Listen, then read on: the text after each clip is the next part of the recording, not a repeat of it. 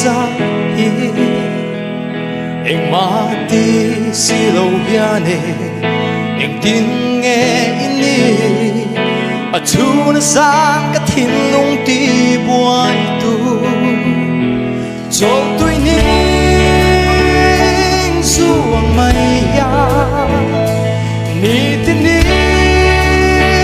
karui trinse Imit meng moy kalam hoya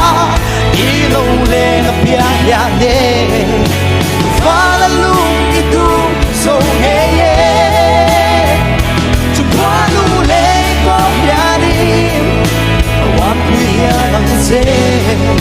Ito na suitang falaluhay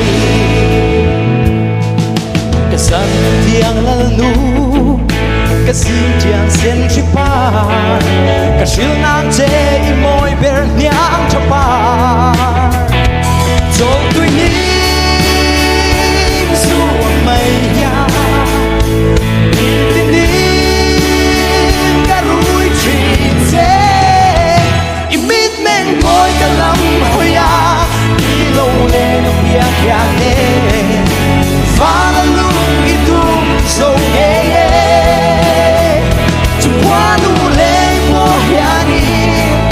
Awan kuya lang se Ito na suitang falaluhay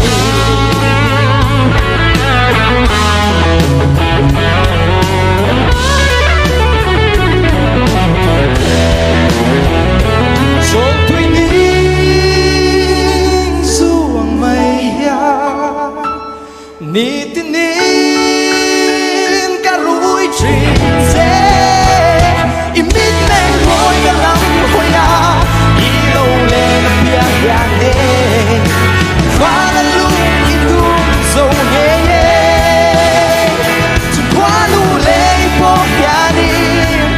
Awang kuya lang se Ito na suitang falaluhay